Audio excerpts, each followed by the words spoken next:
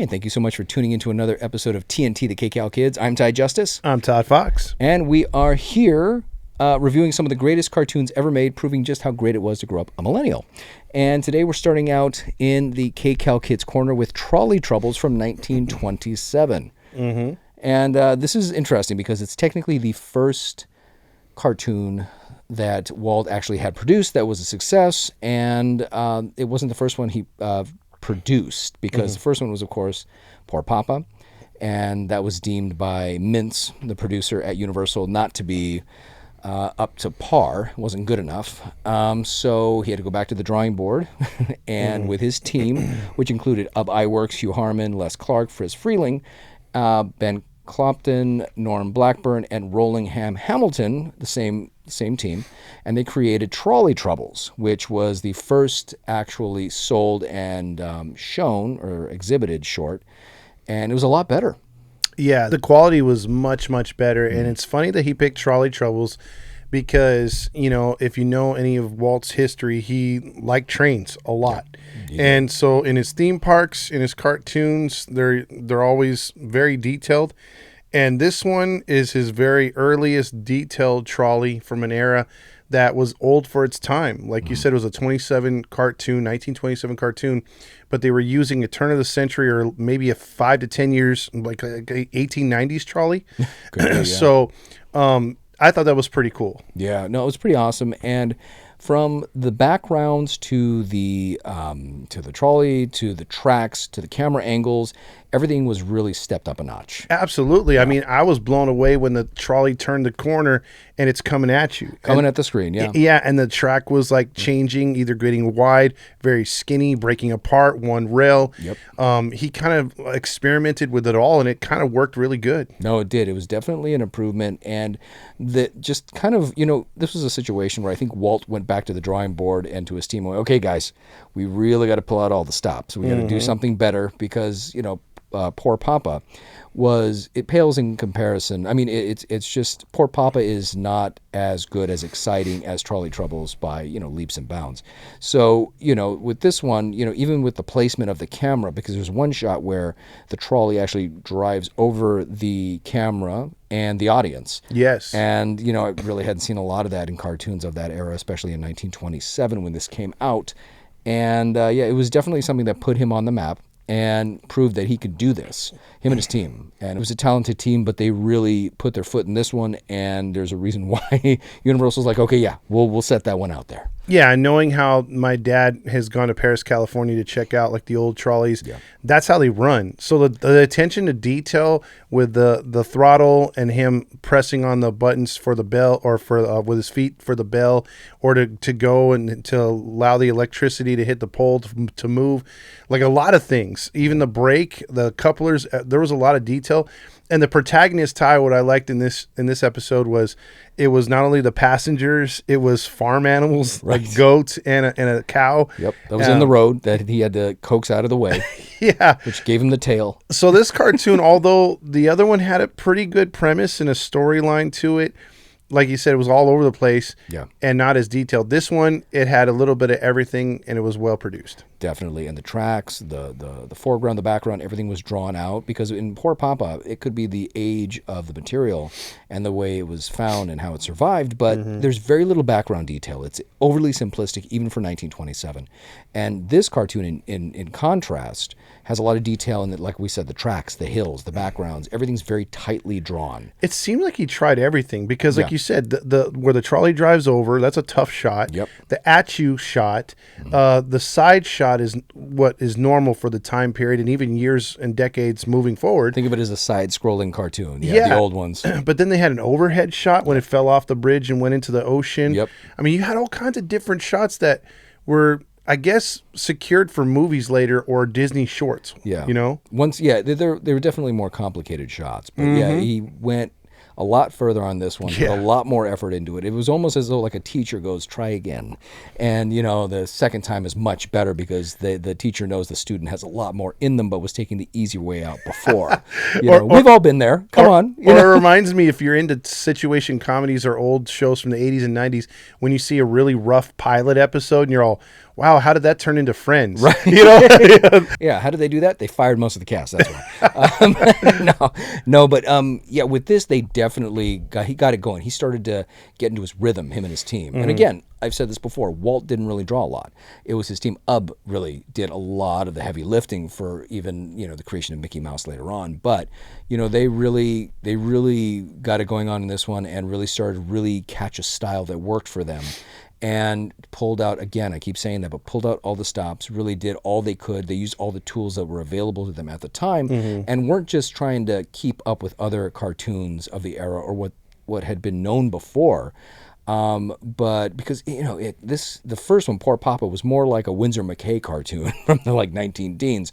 And, this one was leaps and bounds ahead of what we would eventually expect from Walt Disney shorts, the black and whites, Steamboat Willie, it kind of originated with Trolley Trouble in terms of their style and execution. And it's a much more satisfying short, and you could see why Oswald was becoming very popular and would eventually be stolen from Walt. But that's a story for another day. A nice throwback to Poor Papa, which I don't know if it extended to future shorts because we haven't gone through all of them yet, is that at the very beginning, he's loading up this trolley with tons of little bunnies, which are obviously his children from the first one. So he's loading all his kids into this. We don't really know. It's not set up to let us know if this is his job as a trolley conductor. Yeah. But we know he's got a trolley and it's on a track and he's loading all these kids, which seem like an endless amount of kids, which is a throwback to Poor Papa, where the storks just keep bringing tons and tons of children to his home, which drive him insane. But I wonder if they carry that on because it's the joke that, rabbits multiply like crazy. Yeah. So I don't know if they keep that motif going as time goes on. I probably would assume that they wouldn't, but I don't know. We'll find out in, future episodes when we review the next few shorts for Oswald. But that was much more entertaining and a lot more fun. And I got two last things on this episode. The one where they fat shame the person that gets on the trolley, where it tips it because it's a small little trolley. Yep. He kind of just punches him in the face. And then the other part, violence toward the overweight. That's terrible. Yeah, and then you would move on, like even for the time period, I think that had to be risque for him, like you pointed out when we were watching it. When he takes off his foot to kiss it, like the Lucky Rabbit's foot, right? Like I don't picture Mickey doing that, like later on. Well, it's funny because like Felix the Cat and certain things, they would pop off tails, pop off limbs. Sometimes that was kind of a silent cartoon era thing, a slapstick type of thing. It's a little cartoon shticky. But that was kind of interesting, and that the biggest thing of this short is usually known about him, hoping that his rabbit foot saves him in the end, his own foot because he's a rabbit. And that was a kind of a cute moment, but kind of weird the way they draw it, like him dislocating his own leg. It's just like, is that a peg leg? It's fake leg. I mean, how is that prosthetic? I know, but the weird thing too about the strange thing about these cartoons as well in this era is like it's black and white and shades of gray. But what they didn't really do at the time, and I've noticed this in other cartoons of that era, is that they didn't have a lot of separation drawing. So when a cartoon character has black gloves, black hands, whatever it is. When the hands would go over each other or their legs would come together, it's just a blob of color, a blob of black. You didn't see a lot of separation. And in the 30s, they started drawing white lines, gray lines between the fingers in black and white cartoons so you can see a separation. It's interesting to watch these older cartoons because you get to see what they had at their disposal and how these little touches later on would really, really help in terms of the art later on in the Warner Brothers cartoons and future Disney cartoons. And it's probably the reason why Mickey Mouse has white gloves, because with the white gloves, you don't have that problem. Yeah, and then you could use the black lines to then do the separation, which the buttons. Which you have anyway when you're drawing the glove, right? Yep. And the same thing, did he have like, I don't know if early Mickey had like shoes on, but those little like touches in black and white cartoons helped them kind of avoid those problems because they obviously were aware of them, but there really wasn't anything they could do about it because they were on a budget, they were on a time crunch, they couldn't give too much detail because it would kind of take forever. And they were, they had to do what they had to do. But that was Trolley Troubles from Universal, 6 minutes, 16 seconds of fun, released July 24th, 1927. Yeah. And now we're going to move on to the Disney afternoons. There you go. Best time. Back into it. Now we're going to start off with DuckTales. And woo! Can't believe a rocker did that. That's so funny. That is awesome. Love that story. But now we're on episode 3, or part 3 of the pilot. And this one is entitled 3 Ducks of the Condor, because, there was a play on the film 3 Days of the Condor with Robert Redford, which is a great film, conspiracy film. But this one is called that because there's condors involved. Yeah. Yeah, and the writers just thought it was funny. Yeah, they play a big part in this episode. And this is an interesting episode because it's a transition from the original plot of the first 2 episodes of the total of 5, where, you had the El Capitan looking for his gold, his ship, and, he's a conquistador. This is a Spanish acquisition tale. And, this one, though, also introduces main characters in this series. Like you have Webbigale, Vanderquack, which is Webby in the show, and then you have Mrs. Beakley. And I thought about it, and this is just one of the odd things we think about when we're outlining, but it was coming to me, and I'm like, well, they have different last names, so that must be her daughter's kid, as opposed to Mrs. Beakley having a son, because then Mrs. Beakley's daughter would have gotten married, and then Webbigale would have her father's last name. So... deep thoughts. It seems like with Webbigale and then the boys as well, Huey, Dewey, and Louie, there's not a lot of responsible fathers and mothers in those families, is there? The only responsible men are going to be the butler and an 80-year-old duck. And the uncles. And the uncles, yeah, exactly. And yeah, I remember reading that this is actually these are Donald's sister's boys, Huey, Dewey, and Louie. So. Which we never meet the sister. No, not in this series. And what's cool about the first few episodes of DuckTales, it was a good way to launch the series because you were able to use Donald Duck in a few kickoff episodes. Right. And this is one of them. Again, they went back to the well to bring in Donald Duck, and they actually featured him as one of the main characters in this episode. That's right. He does come back. They come to get him. He's only got like a 72-hour leave because the plot of this one is, they learn about the coins the coin from the first 2 episodes that Flintheart Glumgold flicks at Scrooge, thinking he's won. And then to learn that, this is part of a larger treasure. So they go to track it down, and, of course, Donald comes with. But we also introduce Launchpad McQuack. Which, I got to say, Ty, the one thing that I loved about this episode, which I forgot about, and because I haven't watched these in years, was the fact that the banter between Launchpad and Donald, from the moment he meets Donald, he's like, I can't understand this guy. And Scrooge is the one translating. It's hilarious. Because as the episode goes on, he does start to do it. It's almost like understanding Chewbacca over time. But he starts to kind of he's like, oh, I must be losing it if I'm getting what he's saying. But we also are introduced to a fun little character, Gyro Gearloose, who creates all the gadgets. So, and a lot of the mechanisms of this show is its tech. And, Gyro Gearloose is the one he's their mad scientist that ends up creating a lot of their tech. And in this one, he creates a bird, a flying machine, a plane with a kind of like a crane arm and everything. And, they need somebody to fly it, of course. And then he recommends Launchpad McQuack, who, he can't land, but he can crash, and any crash you can walk away from is a good one. According to him. I like the fact that when people say, "Hey, can you fly this plane?" he always says, "If I can crash it, I can fly." Oh my gosh! And this was interesting because it gets back into there's an interesting point in this one, because once the plot does start. And the Huey, Dewey, and Louie are, because Scrooge is looking for a governess for them, and she, Mrs. Beakley, is the only one that survives because the boys like to torture whoever is coming in to be a governess. Oh yeah, they went through a lot of them because they don't think they need to be governed or watched over by anyone. So she survives and proves like she has the mettle to do it. And, she's hired because she tells Scrooge, I'll work for nothing. And he goes, you're hired. But it's my favorite price. But she goes, but I have to have free room and board for myself and my granddaughter, Webbigale. So definitely a good deal because he's got a lot of rooms. And so that's how that begins. So the boys are taken care of while you have an adventure with Donald Duck, Launchpad McQuack, and Scrooge McDuck. And of course, they go to search for, where there's more of these coins coins, they find this small little village, and where they're seemingly held hostage by a conquistador who has another one of those coins. So a little more of the story is revealed.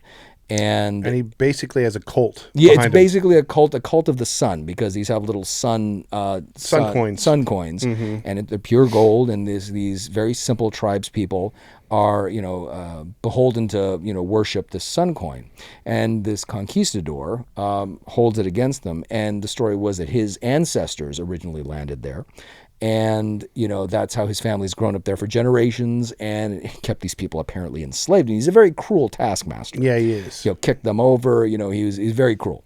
And it's funny because I think this show kind of sets up the fact that there are far worse characters than Scrooge, because you kind of have to do that. The name Scrooge in general comes from like Dickens, And, he's not like he's a beloved character where everyone's like, oh, Scrooge, But you have to make him that for him to be lovable and accepted. Yeah. So the villains have to, Flint Heart Glumgold has got to be way more greedy than Scrooge for you to like Scrooge, And then these characters have to be much more dark and evil and sinister for Scrooge to look like not such a jerk for being such a tightwad as they set him up. So, of course, throughout the episode, they eventually find the history they need and, a treasure map that's going to lead to a grander treasure. He gets the trade. Right, he gets a trade. Yeah, because he gets to trade that coin for that guy's family's map. And it was only half of the map, because the other half was split between another founding father of that cult, and who went off into the sea and seemingly died because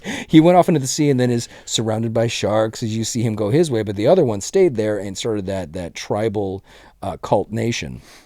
Yeah, and this one's a weird episode too, because when those condors you were talking about, the plane that they had to get going between Launchpad and Donald, they finally get it flying, but then they have to, fight to get the part of the coins, or because to get the map. Because Launchpad originally crashes it there and destroys it. Then Scrooge is like, go down there at the bottom of that ravine and fix it. Get that. Yeah. And so they had to go through all this stuff. They fight off the condors. The conquistador loses the coins. Yeah, which is a sweet moment, because then the people are like, "Oh, you don't have the coins anymore? You're on your own, jerk." Yeah, and the cult people finally wake up and walk off. So he's by himself. He's all destroyed. And then my coins. Yeah, and here's the thing I want to see, because it'll go into to be continued for our next episode, right. But. I wanted to see if you had the same feeling that I did, because it seemed like automatically when he's like, yeah, we got to get Donald Duck back to the ship before his 72 hours are up. Yeah. And right away, Scrooge, the Launchpad's like, what are you doing? He's like, oh, I'm in search of the other part of the map. And he busts out the raft and a parachute. And to me, I got a kind of feel of an Indiana Jones type thing with Scrooge. Yeah, I can see that for sure, because they wanted him to seem like an adventurer and someone who had no fear. And, of course, his no fear was driven by greed. Pretty much. And avarice. I mean, this guy's got most of the money in the world, and he still isn't satisfied. He's like the Elon Musk. And Jeff Bezos of our time. Yeah. Very interesting. I'd love to see them try to swim through solid money. Like, here's a money bed. Dive in. Jump. You first. Extra high. Yeah. We're not bitter at all. Not at all.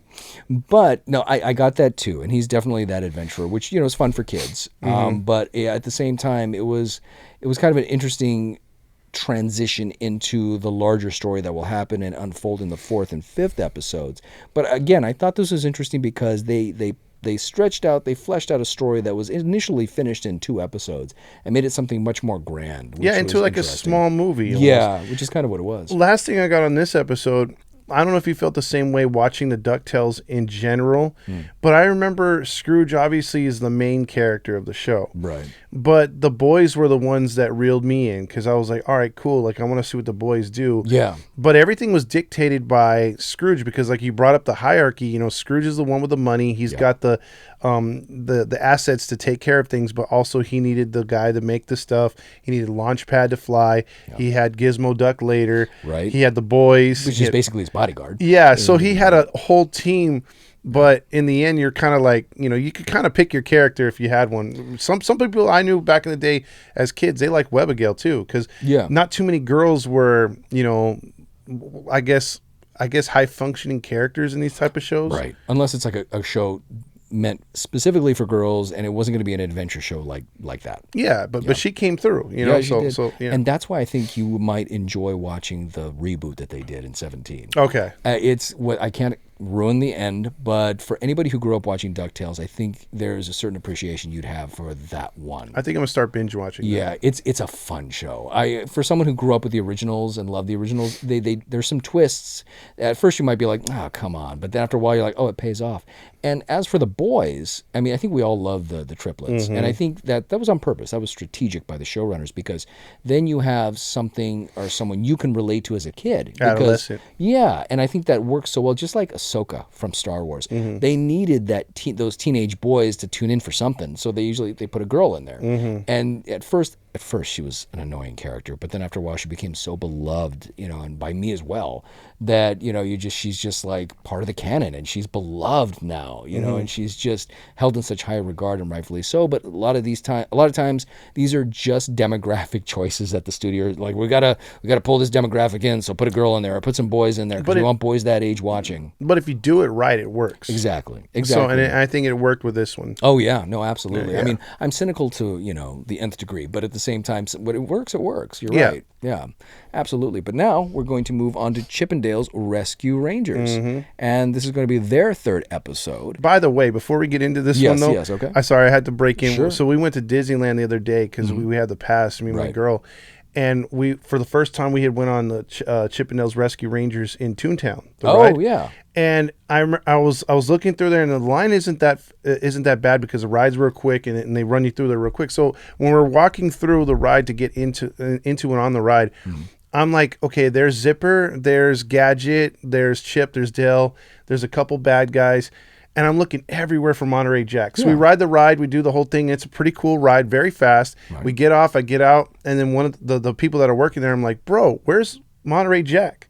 And they're all like, they never put him on the ride. What? There's no pictures, nothing. Wait, so he's based on either the movie that they did recently a couple years ago, or he's based on the original 80s TV show? He's originally from here, and then he made a cameo on the new one, obviously. Right. But he's all over the place. He's part of Chippendale's Rescue Rangers. No, of course. And he's nowhere on that ride. Really? Like they have Gadget and Chip and Dale not only have their figurines, but they have like stamps, pictures, memorabilia from the cartoon on the inside, but they have nothing of Monterey Jack. I wonder why. That's weird, right? If you know, please let us know when you like, share, and subscribe. Yay. Because I told the guy when I left, I'm like, bro, I wanted to see like cheese. And he did it. He goes, yeah, where's the cheese? And it's like, he knew. I'm like, oh, come on. Yeah, because they're fans too. They know. They have to know. Absolutely.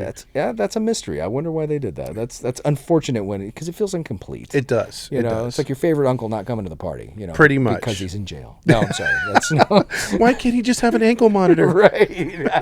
Worked in Ant-Man. Yeah. God, we're such nerds. Anyway, no, that is interesting. And now we're going to talk about the third episode in their like mini movie origin story. This one continued. Yeah, this one continued to be continued. But this one's called To the Rescue, Part 3. And this is the episode where we get introduced to Gadget. And not because they were looking for Gadget, but because Monterey was looking for her father. Yeah, because Monterey popped up in the last episode towards the end. Right. And then so in this episode, we get the whole cheese thing for the first time. Right.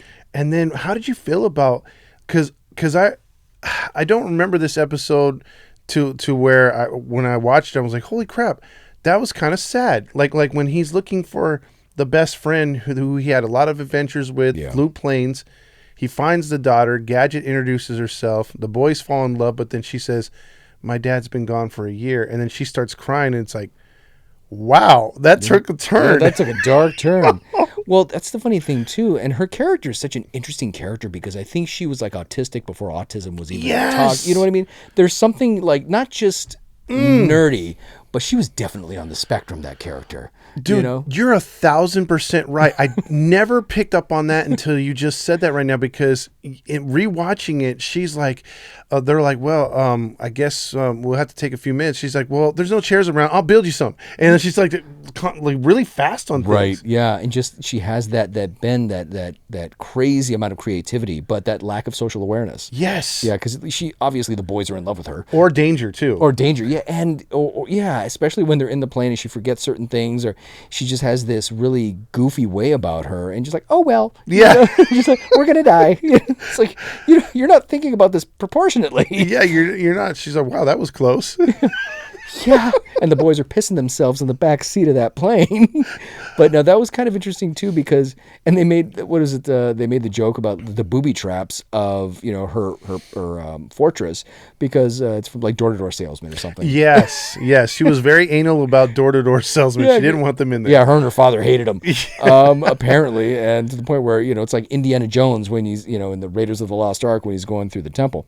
But no, that was very interesting, and I think that's probably why so many kids loved that show and loved these shows in general. But there was kind of something for everyone. Yeah, it's another one like that. Yeah, and absolutely. especially that her character specifically had to have been on the spectrum, because and I don't know if they did that on purpose or it was just something subconsciously they did, or maybe it was something that the writers were like, "Hey, I have a kid that's like this," and they were like, and because I feel that's 100%, because watching that show again, it's another one where kids my age at that time did like Gadget, because like you said, it brought in the girls, it brought in the goofy kids that liked Dale, it brought up the leaders that played outside and bossed people around like Chip, and then the gluttons. Yeah, the gluttons and the strong ones at Monterey Jack.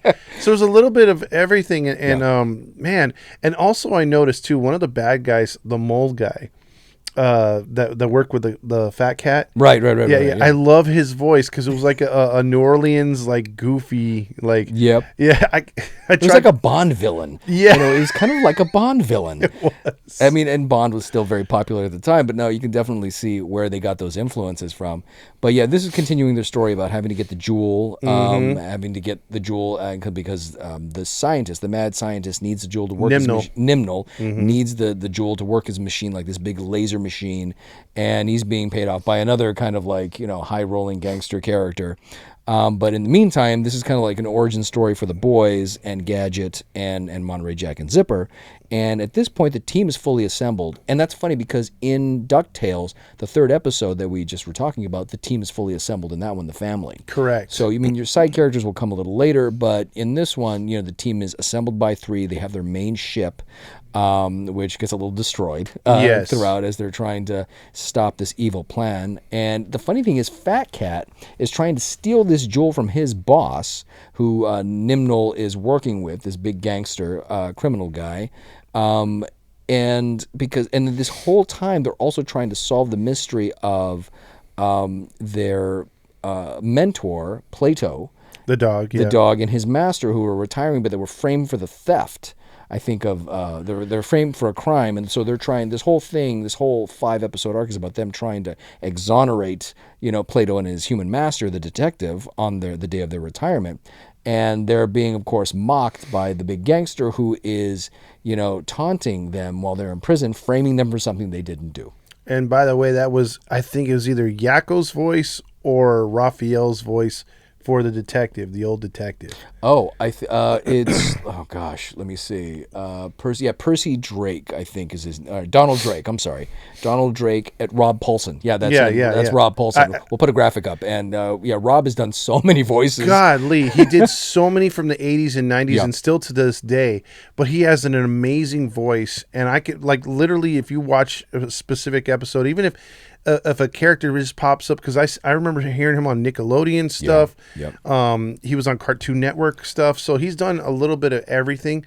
But he was a Ninja Turtle too. I think Paulson was. He was Raphael. Yep. He was good. He's voiced so many things, but so many actors. It's such a core group. They've all the ones you really recognize. Once you recognize somebody's voice, they've done like 100 different characters that you grew up with. It's nuts. That's why one of the Comic Cons that I went to not too long ago, he was there, and people were asking him to do all these different kind of random characters, and he had like a whole repertoire. So so it was sort of like you get his autograph, he'll do a voice, you know what I mean? So like that's what he was doing. He was really cool, and I love really nice guy. Like if you did ask Kevin Conroy, he did like Batman. That was his one. That's all he was. That's all. But he didn't need to do anything else. All he had to do was say, "Be Kevin Conroy." He's like, okay. But no, Paulson and the cast, they were all very, very well established at that point. And it was new to us. It wasn't new to them. It was old hat. But because of that, they put so much of a twist on certain characters, and they gave them so much life to differentiate them that it made them so unique, especially in their execution of the episodes we grew up with. And they were perfect for that time. Oh, but yeah. last thing I got in this episode, do you remember when they took off on the plane? They were on their way to the North Pole. All of a sudden, they all had, snow gear on? Right. Nobody left with any kind of supplies. Yep. But all of a sudden, they had hoodies and they had, Yeah, exactly. Well, I'm assuming Gadget, whose full name in this show is Gadget Hackwrench. I'm sure she had them ready and waiting because her mind just worked that way. Like, oh, here's some parkas, by the way. Is she that good of a knitter? Exactly. She probably had them in the trunk. That's true. She's like, just in case I'm going to go on an adventure, I'm going to have it done. And Monterey Jack and her father used to do things like back in the day. They were, adventurers together. And that's the first time we hear him say, "Okay, love," or "Radio love." Like Radio love. Yeah. I loved how he called her love. That was cool. Yeah, I know that was great. But that's the third episode, and now the team is assembled. Yes. Now you can have some fun action and some ricocheting lines off each other, and character development, conflict. Yep. So yeah, that's Chippendales Rescue Rangers, Rangers to the Rescue Part 3. Halfway through the block. Halfway through, man. And now we're getting to Tailspin. Oh, yeah. This is a deep episode, man. Plunder and Lightning, Part 3. Trey. This one's a good one because, they're still, obviously, they're going for the Ruby as well, which controls all of Shere Khan's, his powers or that could run his facilities. Yeah. And the pirates want it for their machine too, because they have this machine that they're making. Yeah, which is going to get them into, what's the town called again? Or it's going to help, I guess, take over the city. I forget what it's called. The Bay, or where they're from. Yeah. And so they have their own plot, but in this one we get a lot of good one-liners from the leader of the pirates. Oh yeah. And also we get Kit Cloud Kicker. He's having issues with, he double crosses Baloo. Right. Allegedly. I mean, seemingly he does that. Yeah. And I, you've seen the Three Amigos, right? Yep. Dude, the main guy for the pirates, I keep forgetting his name. Don Karnage. Doesn't he sound like the dude, the Mexican leader from the Three Amigos? Yeah. Oh yeah, I can see that. Don Karnage, he speaks like this. You don't know where he's from. No, when he says a line, when he's like, "I'm the only one that says one more time." He really stuck his foot in that performance. It was really good. I mean, it was just over the top, but it was really good. Swashbuckling kind of Spanish, Portuguese fun.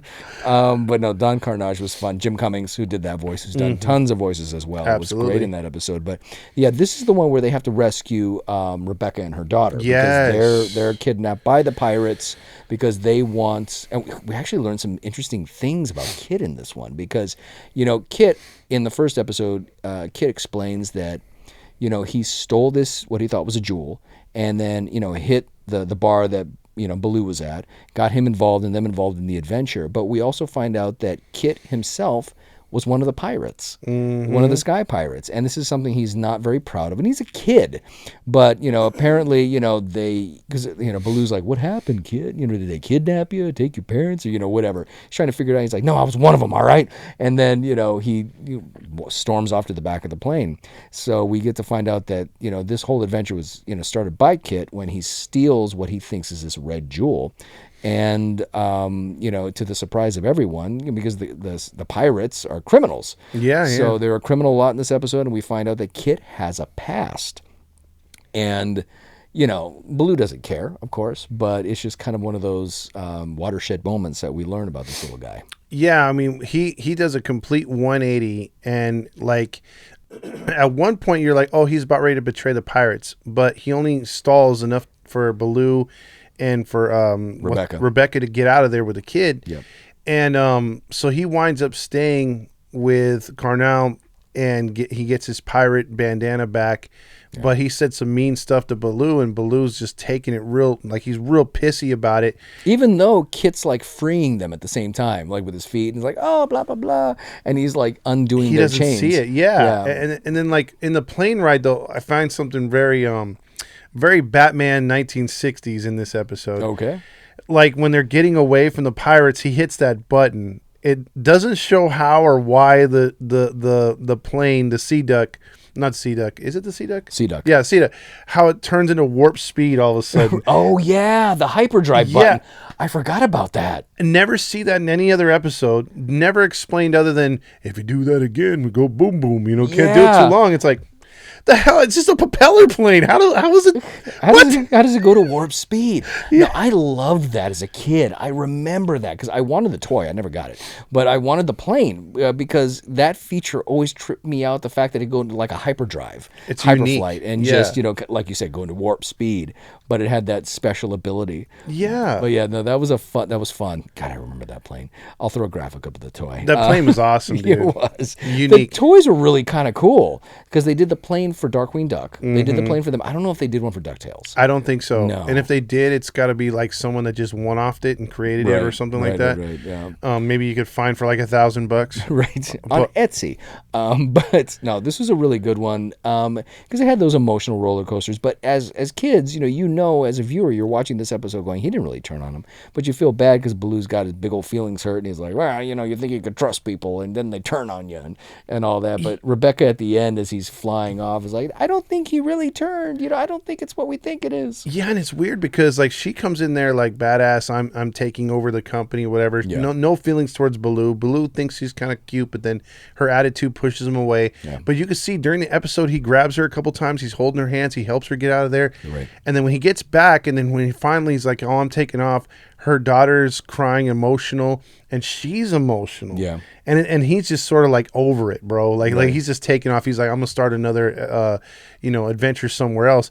And it's a kind of like a trippy way to end an episode. And that's how episode 3 ends. But the funny twist in this one as well is that to get out of the prison before she's rescued by Baloo and Kit, Rebecca uses one of the dumber guards who's watching her in her cell because they're locked up like prisoners in the pirates' hideout, which Kit kind of knows where it is, which tips Baloo off at first. He's like, nobody knows where the pirates are. How do you know where the pirates' secret base is? And he's like, I was one of them. But while Rebecca is there, she tells one of the dumb guards, like, look, you're so big and strong. You need your own plane. Look, if you let me out, I'll give you the deed to my plane. You can have my plane. He's like, okay. Yeah. Opens it up. And then at the same time, Baloo and Kit come in to rescue them. But, she hands over the pink slip to the Sea Duck. And then Baloo catches the guard, knocks him out, takes the pink slip back. So technically he owns it in this world. And then, he's kind of got the upper hand. So once they free Rebecca and the daughter, and then they have to get out, and then, Kit goes through his whole spiel and his act of turning on Baloo and, saying, look, I brought him back to you guys, so we're here, and, I'm back with the gang, and I just wanted to prove myself. And then, Baloo, of course, and Rebecca are able to make their escape because Kit kind of sacrifices himself. Baloo at the end still has his pink slip again, so his problems are kind of solved. So at the end of the episode, he's kind of free and clear to do whatever he wants. Yeah, everything's paid off. Yep, exactly. I saved your life. I got my plane. We're good. Yeah. Even Steven, baby. So at the end of the episode, you don't know what's going to happen because, he's not tied down to that place anymore. He just go off being a lone agent again. It is. It's a very trippy episode, and it makes you look forward to part 4. Yeah. Because rewatching it, I remember bits and pieces, but there's some things and little things like when you rewatch something years later, you're like, holy crap. Yep. So it's a good episode. But one thing I did notice, the last thing I got on this one, is the fact that the drawing was far... I guess as far as like the drawing, it was darker, but it wasn't the greatest quality compared to Chippendales, compared to DuckTales at that time. Right. I felt Tailspin was not as well drawn in certain parts. Right. It kind of depended because they were also drawing a lot of characters in the pirates, and that takes a lot more time. And the planes and stuff. So yeah, there's a lot that kind of has to go into it. So the more characters you have, the more time it's going to cost you. So you got to work faster because everybody's got to have their own characters, their own actors. That's true. So I can understand why they kind of. There's no excuse, but we can understand why it happened. But yeah, it did end well though. The story was good and strong. The actors, of course, Sally Struthers was, she was famous for All in the Family and a lot of film and TV roles, and she added that bit of emotion to it at the end, which really it really was a nice little button to end that with on that little cliffhanger of episode 3. Yep. But more to come, to be continued. But for Darkwing Duck, since the pilot was only 2 episodes, now we're going to start getting into the actual episodes of the show. And the 3rd episode of this first season is called That Sinking Feeling. And I want to start off by saying that this was an early episode that wasn't shown until much later in the series, or at least now in the lineups on Disney Plus. It's way down the line, but you can tell this is an early episode for a few reasons. And the first and foremost being the fact that most of the shots that are action shots or really great shots in this episode are actually used for the show opening. So through the main title song, and sometimes when you don't have enough time to do original openings and closings, which most cartoons didn't then. Even with Superman the Animated Series, they were like, Alan Burnett was like, yeah, we wanted to do an original title sequence, but we just didn't have the time, and we didn't want to just make it a clip show, which it actually was. It wasn't until the Batman Superman Adventures where they really got to do something uniquely just for the show. But with this, it was kind of the same thing. But you can tell that, it's an early episode because they used most of the clips from this episode in the show open. But there's a lot of good artwork in it, but you can tell it really wasn't where it ended up later on. So it was also them, just kind of figuring out the character, the art of it, and kind of getting the characters down perfectly. So it's a little more loosely drawn in certain aspects. Yeah, and at this time, his adopted daughter, is there with her friend. I forget his name, the little boy. He's like a little chick. Hunker. Yeah, Hunker Muddlefoot. Yeah. She's, he's like the nerdy best friend. Sort of, I got a vibe out of that. And again, I think we've been nailing this the last couple episodes of them using movie characters. Right. But you remember that movie with Macaulay Culkin and the girl? My Girl? I got the My Girl feel from those two. Oh, I wonder. Because, it kind of felt like he was Macaulay Culkin, the little nerdy boy. And then she was like the cool pigtails, tomboy. What year was My Girl? Around the same time. I think that was 92. That might have been after. I think Macaulay Culkin was trying to look like Muddlefoot. Maybe. I mean, maybe they got it off of Darkwing. I don't know. But this episode was pretty trippy because it kind of started like a Batman episode where Batman's looking around the city, not really finding anything to do. It's kind of quiet. And Launchpad's sort of like the Robin, like, hey, Darkwing, and there's nothing going on tonight. And then all of a sudden, like he after saying his usual sayings, gets bored and walks away. Yeah. And then you see like a radio tower disappear. Oh yeah. Yeah. It completely goes underground. The one thing I will say about the artwork in this, though, in comparison to DuckTales, is that it was better artwork. Yeah. Like it was cooler. You could tell it was done by more experienced hands. There's something just more fluid about it, and it was very much of its time still, even though it was a year or two after DuckTales had ended. Everything was a lot more clean in certain ways in the artwork, in the art style. I think you had to because you were trying to keep like a Duckburg type of feel, and then so you had the same kind of drawings, but it was at night. Right. So you did have to put more detail. You had to make things more lively. And yeah, Darkwing Duck did a very good job at that. No, absolutely. And this episode was about like a genius and fiendish mole from underground who wants to take over the city by blocking the sun, making it dark so moles and all their minions can live above ground. Can come to the surface, yeah. So that's basically the premise of it. Yeah. And we start this whole back and forth of his adopted daughter wanting to get in on the action. But, like, no, you can't. It's dangerous. And she's very much a tomboy, wants to get out there, but he's going to be the protective father and say, no, it's impossible. But then, of course, she finds her way anyway. Yeah, and she drags her friend, Muddlefoot, and he's down there doing his thing. And they wind up actually having to save him. So... Yep. There's that, but I like again watching Launchpad, be his sidekick, but not officially, just still wearing the same thing from DuckTales. Right. Never changes, no mask, doesn't care who recognizes him. Not even the old airplane goggles, nothing. He doesn't put that over. Yeah, I mean, it'd be like Clark Kent, like, where did Launchpad go? Oh my God, who's this guy? Launchpad. Where'd you go? Launchpad, Yeah, it just keeps going. I know. It'd be a funny joke. But no, that's kind of the gist of the episode. But it is interesting. It's funny how the artwork does evolve a little more and gets a little more solid over time. But even at this point, it started pretty strongly. It was great, and everything was very clear. And it's interesting how later on you had more characters, more character development, heavier on the comedy, which worked for it because of what it was, a parody of Batman.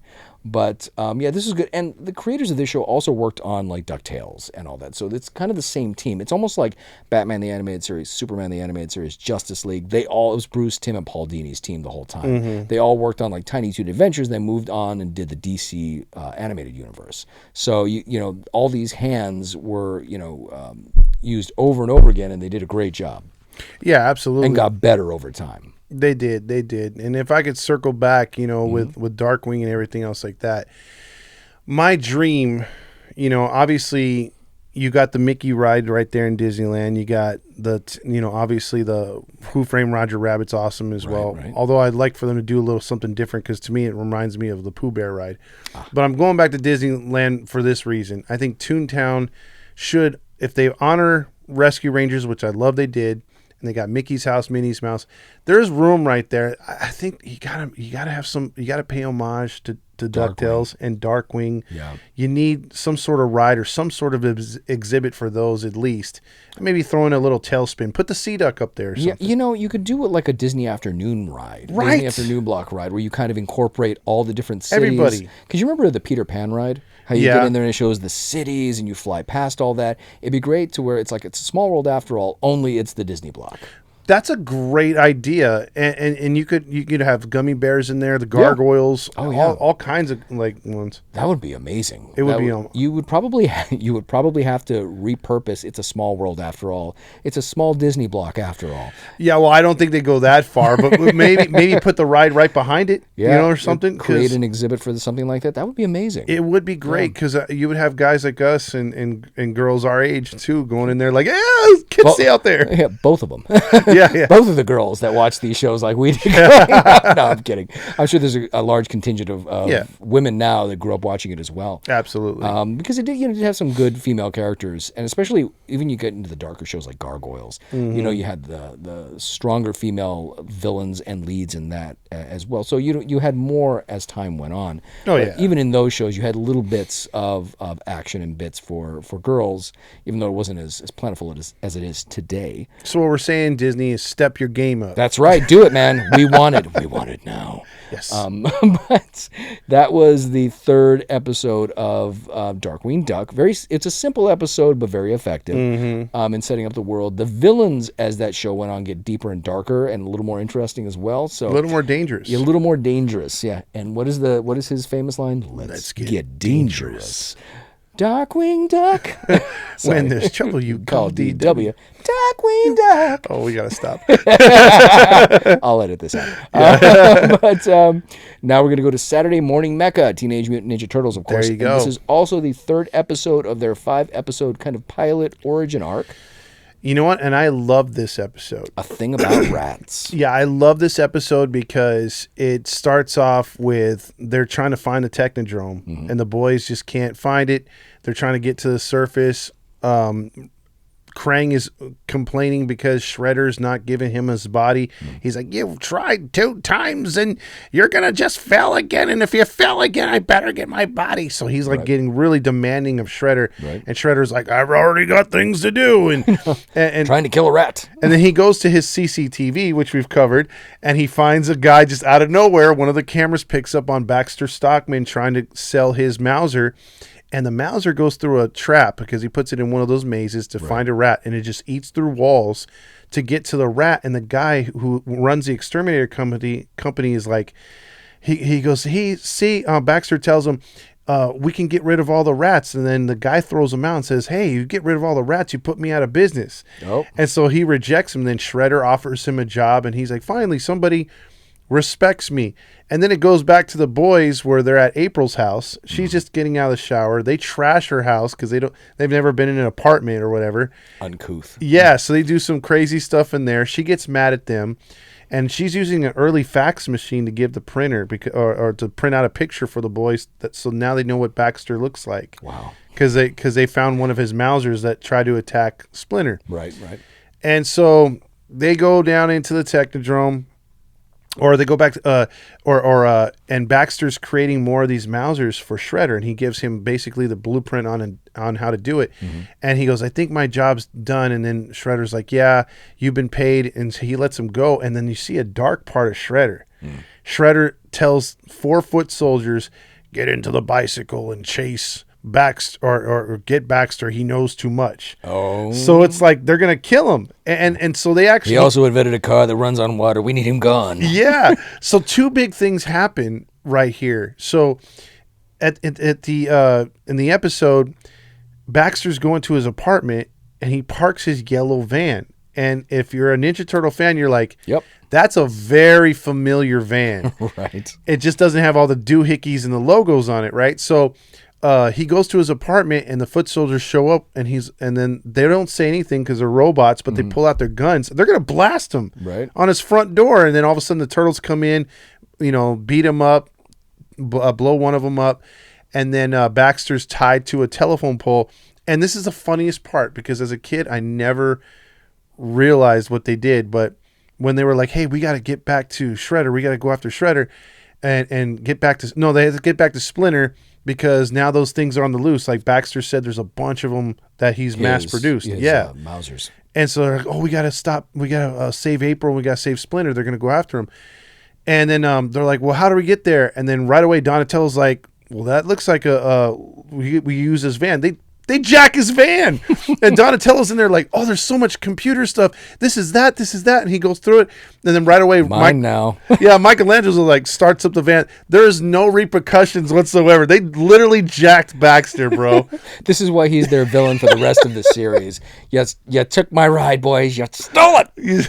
You stole my ride. And this did become the turtle van. Yeah, they wind up Donatello designs it later and puts all the the guns on it and all this cool stuff, but also in case Baxter comes by, he's like, that's my van. Is it though? It's been rebranded. It looks nothing like your old van. You didn't have any of this cool logo stuff on it. It's ours now. Yeah, you don't have the vanity plate on the back, right? So literally that was Baxter's van, but like you'll see it transition. You could see like if someone were to draw a turtle van before they put all the doohickeys, that's what it looked like. Right. It's like you put a sticker on it. It's still my van. Nah, I don't think so. Yeah. So they get back to fight, and save Splinter and stuff, and it sets up for another part because these are to be continued without being continued at this point. Exactly. Because the first few, I think 5 or 7 episodes, five episodes are a series, and then it gets into your let's sell some toys version. Yep. But the first 5 are pretty good, and you'll see a darker side of Shredder because this isn't the darkest that he goes. Right. With Baxter, but yeah, it was a pretty crazy episode, and we'll see what happens on the next episode because Krang's had enough of Shredder's failures at this point. Well, this is an interesting thing too. I mean, this is a good, it's part of a series, like I said, 1 of 5, to be continued without being continued, or to be continued. But an interesting point that I was reading about this episode was, and something I didn't realize because I've seen figures of Baxter Stockman and he's black.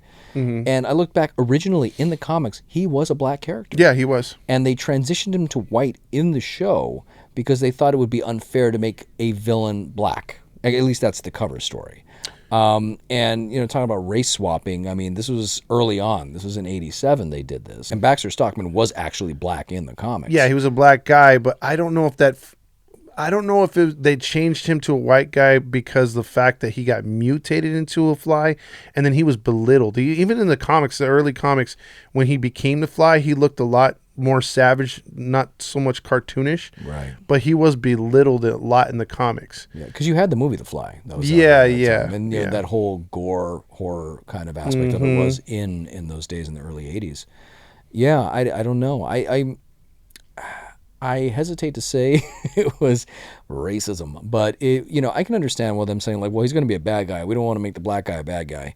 And that's correct. Because we already have like Bebop and Rocksteady. One of them was black, and we turned one of them into like the bumbling villains. And maybe they were just more socially aware about it at the time. But that was the 3rd episode of the Ninja Turtles kind of origin stories. And there will be a 4th coming in, but that was a thing about rats. And now, of course, unless you have anything else to add. No, I'm good with that one. Yeah, because we talked about what I wanted to talk about. I could talk about that episode for a while. So. No, you hit the turtle van. And I'm like, yeah, turtle van. Yeah. But yeah, they jacked it from Baxter Stockman. That was always hilarious. I was like, dude, they just jacked him. This is why he hates them. I mean, come on, they stole his ride. But now we're going to get into running home after school. And of course, we're talking about Batman the Animated Series. And this episode is going to be Christmas with the Joker. Yes. 'Tis the season. But that was a great episode. Premiered November 13th, 1992. This was one of the earliest episodes that they actually physically produced, even though it was shown at a different time. It's shown differently in different lineups now, especially on the Blu-rays, DVDs. It's like, 38th episode in. But this is one of the early ones, and you can kind of tell because they didn't have a lot of direction, and this is admitted by Bruce Timm on the DVDs and the Blu-rays when he talked about they didn't really know what to do with the Joker then.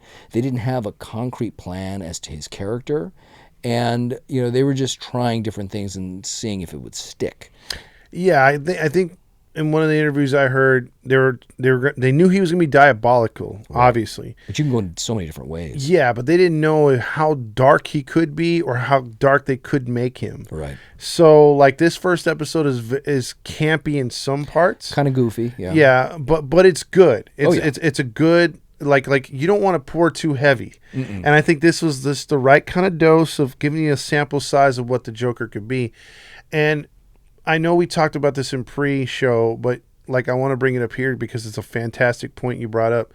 Is this was like the introduction to a few characters, right? Not only just the Joker, but you had Robin come out of nowhere. Yeah. So we get his origin story later, right? And we, so it was sort of like, here's Robin. I know. Well, that's the funny thing about the show when they set it up. It wasn't meant to be a day one Batman show. Mm-hmm. They wanted it because he's in college. Robin's already in college at this point. So, yes. He should technically be Nightwing already, but which they get to in later iterations of the series. Yeah. But yeah, you get a lot of different elements in this. Of course, Ephraim Zimbalist Jr. isn't Alfred yet. It's Clive Revel, who did the first few episodes of the series. Very deep voice. Very deep voice, a little more like this. And not as much, not as, as Alfredy as, Ephraim Zimbalist Jr. came to be. And because for me, that's the voice.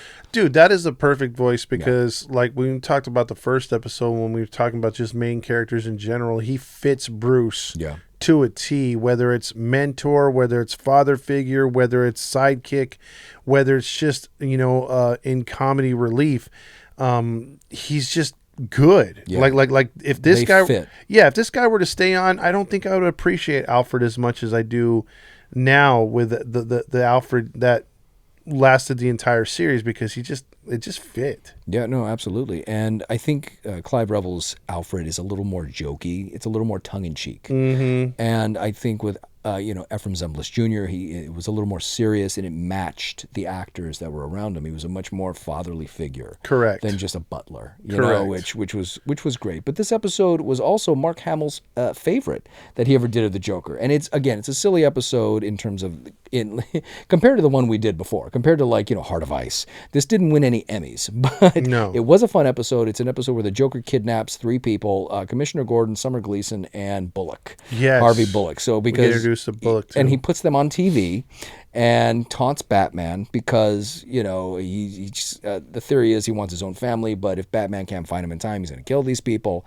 and it's just something to mess with Batman because at the beginning Joker escapes from Arkham Asylum with a Christmas tree, as they're singing Jingle Bells, Batman Smells, Robin laid an egg. I love that. And he rides this thing through the glass, and as he's funny little thing about this too is he's waving to different prisoner. He's waving to a specific prisoner as the tree goes up, or as he goes up on the tree to put the crowning star ornament on it, or the crowning ornament on it, and he waves to a guy that's real shaggy, and come to find out they drew Charles Manson. It's him. It's Charles Manson he's saying goodbye to. Oh, wow. As he gets rocketed off, as Joker rockets off on the tree, making his escape, and sets up Batman and Robin for this adventure, because the episode starts very calmly, where Lauren Lester, who's Robin, is telling Bruce when they're dressed up as Batman and Robin as they're entering the Batcave, nothing's going to happen today. It's Christmas Eve. Take a day off. It's fine. We didn't find anything on our patrols. Just relax and, blah, blah. And, Batman's like, no, blah, blah, blah. It's, something could still happen. I don't care. And then Robin's like, okay, look, we'll go out for patrol. If nothing happens, we have Christmas dinner, we come back and we watch It's a Wonderful Life. Yeah, it was something just simple. Yeah, and then Batman's like, he's like, I've never watched that movie. I could never get past the title. Yeah. It just cracks me up. Yeah, which is hilarious. And I think, doesn't Robin say, you figures or something like that? Yeah, just I don't know. I don't even know, but that, you would feel like that would come after because, Batman, Bruce is a very cynical character, and Robin was the opposite. Even though he went through a similar circumstance, their characters are very different. That's why in the comics they part part ways so violently. But no, it's just, I love that little touch. But then after that, of course, they get the message, Joker's like, hey, I've kidnapped these people, and, if you better get to them in time. And of course, he sends them on a wild goose chase. Originally, Bruce Timm said that this episode was actually it was much darker, and they toned it up a little bit. Summer Gleason was the news reporter.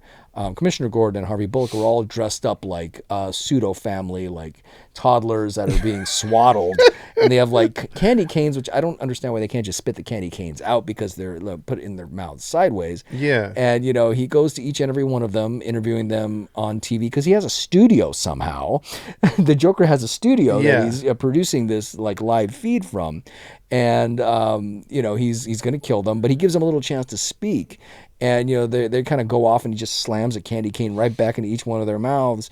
And Harvey Bullock, Robert Costanzo is just so good as Harvey Bullock. And he's like, you demented client, once I get out of here, I'm going to, he was always so good as Bullock.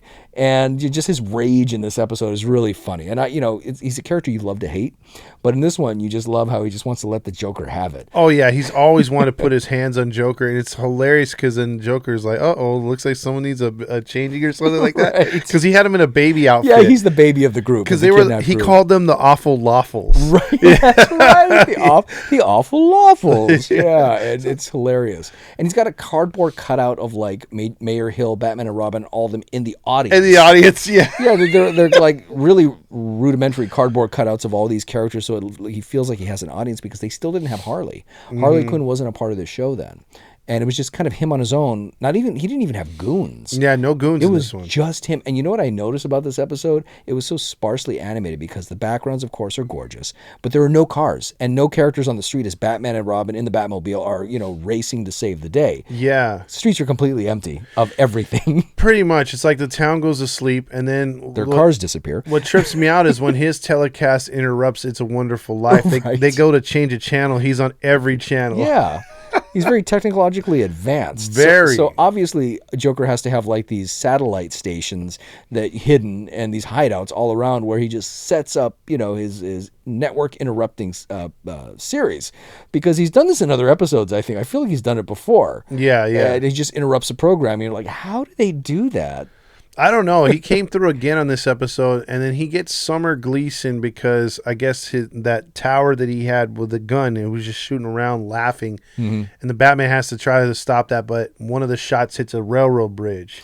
Yeah, and this I was going to say too. That reminds me, that whole setup where they're taking down the guns because they track it to this one like. What they think is the station that he's broadcasting from, but it's not. It's a red herring. But there are a bunch of guns set up, and cannons, just like firing at them constantly. They have to dodge and survive these attacks. But that scene is from that's what they modeled the Super Nintendo Adventures of Batman and Robin game after. Yes, that level, especially with the giant like Nutcracker tin soldiers that are like a story tall that come after them. Yeah, he has to attack. Yeah, you remember that from that game? Yeah, that's an awesome game. It was. It was a terrific. It was game. like playing the cartoon, dude. It was. That game was so good because the Sega version was different, and there's a lot of action in that one, but it's not as faithful a game like the Super NES one. Yeah, because even in the Super NES, when you're playing the levels, like it has the card. Yeah, the title card. The title card. Yep. Yeah, exactly. Amused to death. Yes, that was one of them. I'll pull that up. That was a fun one. But once they do that, and then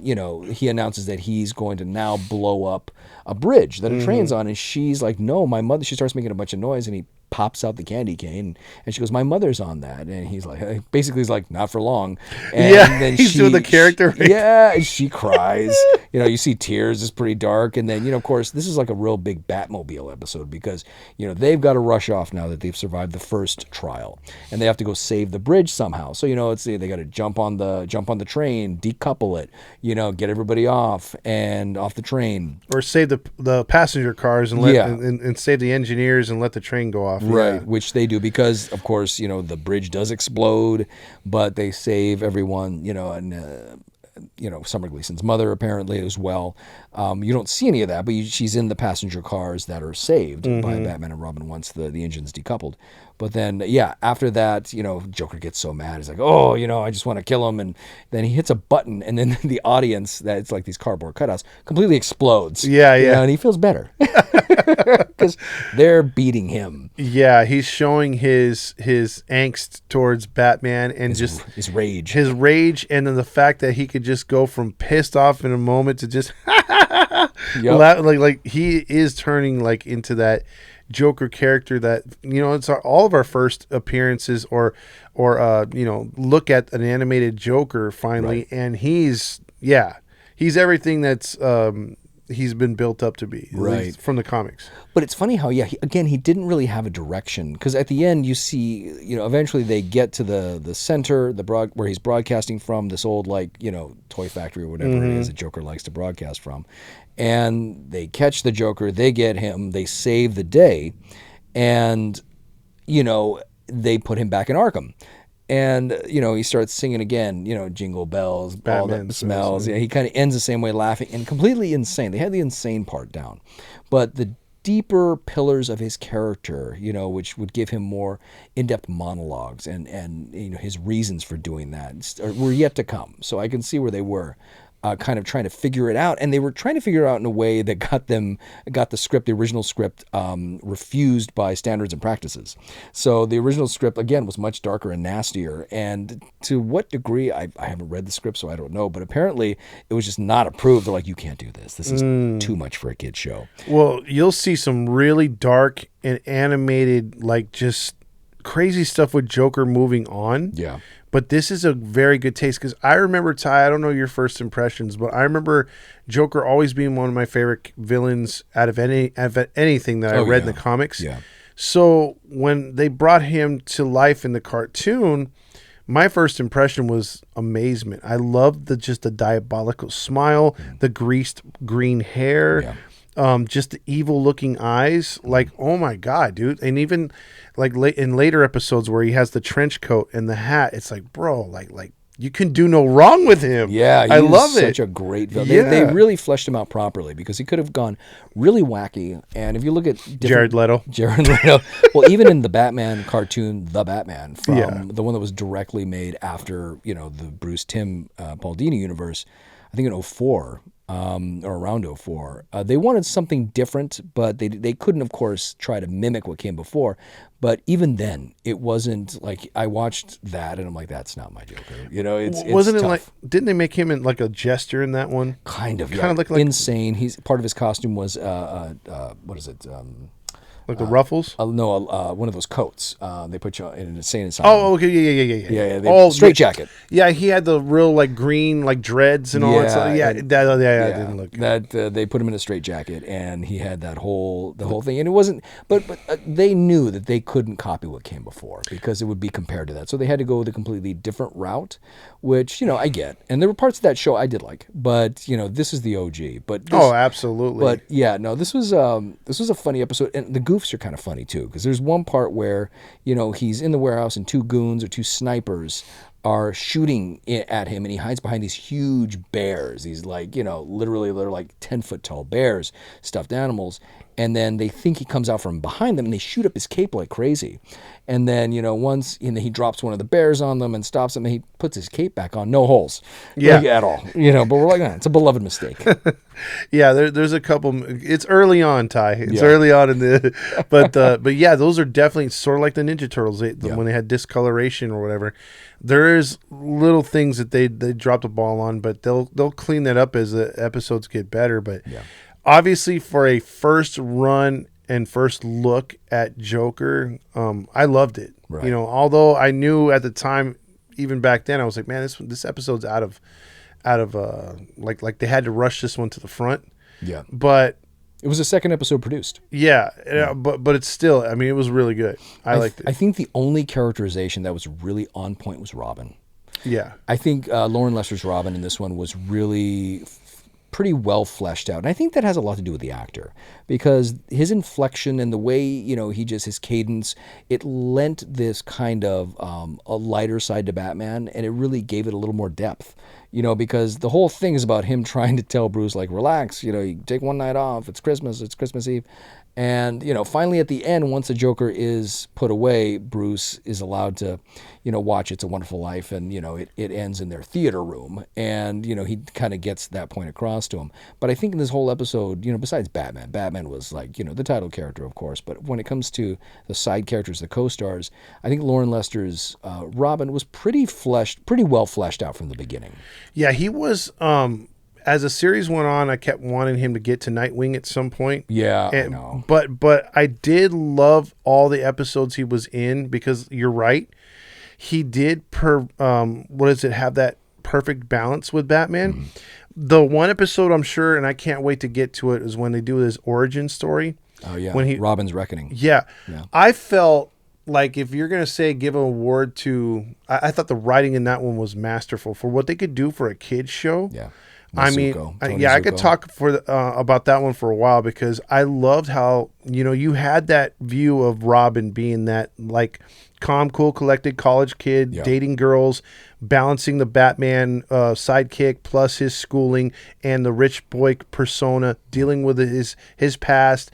But he seems like he's got that under control until Tony Zuko comes. Yep. And then we see a different side of Robin. And it's brilliant. Do you remember who voiced Zuko in that? No, I don't. It's Biff from Back to the Future. Really? Yep. Oh, wow. Okay, now I can see it. Yeah, now I can see it. Now you listen to it, you'll be like, oh, okay. He's a jerk in that one. Does that well. Yeah. But no, this one was a fun episode. It was. It was fun, but it was an early setup. And I think this was probably one of the episodes they had to redub because Mark Hamill wasn't originally cast as the Joker. It was Tim Curry. So this might have been one of the episodes that had to be redubbed with his voice, which is kind of interesting. But no, it was a good episode, good start, a lot of fun. Snow. You got to see snow in Gotham, and I think that was kind of a nod to Batman Returns because there was a lot of snow in that one as well. And that's the way they kind of wanted to kind of shape certain things because, Gotham, you always thought of as rainy. I never thought of it as very snowy, but I liked how they worked with that. The animation, of course, evolved over time, but there's one when there's a high shot when they're walking at the beginning from the elevator that leads them from the mansion, Wayne Manor, into the Batcave, where it's a long shot of them walking to the Batmobile, and Robin's colors are inverted, like it's red tights and a green top. It's really or green tunic. It's really odd because we watch it on larger screens now, so we're like, oh, okay, and we can pause. Yeah, sometimes his cape and stuff, it was either dark green or dark black. Right. Yeah, it changed color depending. Yeah, no, that was interesting, but no, that was a good one. It was the first appearance in the show of Robin and Joker. Yeah. So you got a lot of different things, a lot of different flavors in this. The first time you see the screening room, because I don't know if you see it again until Grey Ghost. Because that was one of my personal favorites. Yes. That's a good, because, he's screening his childhood memories, his shows. But Bruce had a big ass TV even back then. He did. Spoiled Bruce. Oh my God. No, that was a really good one. And apparently initially a really dark one. Yeah. But more to come on that. More to come on the future episodes. But, we get to see the evolution of the characters that are beloved, that we enjoy. And some of the history behind them as well. But we hope you enjoyed this episode. Please like, share, and subscribe. Yay! Thank you again for watching and subscribing. And please comment down below with your favorite parts of this episode or parts of any of the shows we've mentioned that you remember that we may have forgotten. And once again, I'm Ty Justice. I'm Todd Fox. And this has been TNT the KCAL Kids, and we'll see you next time.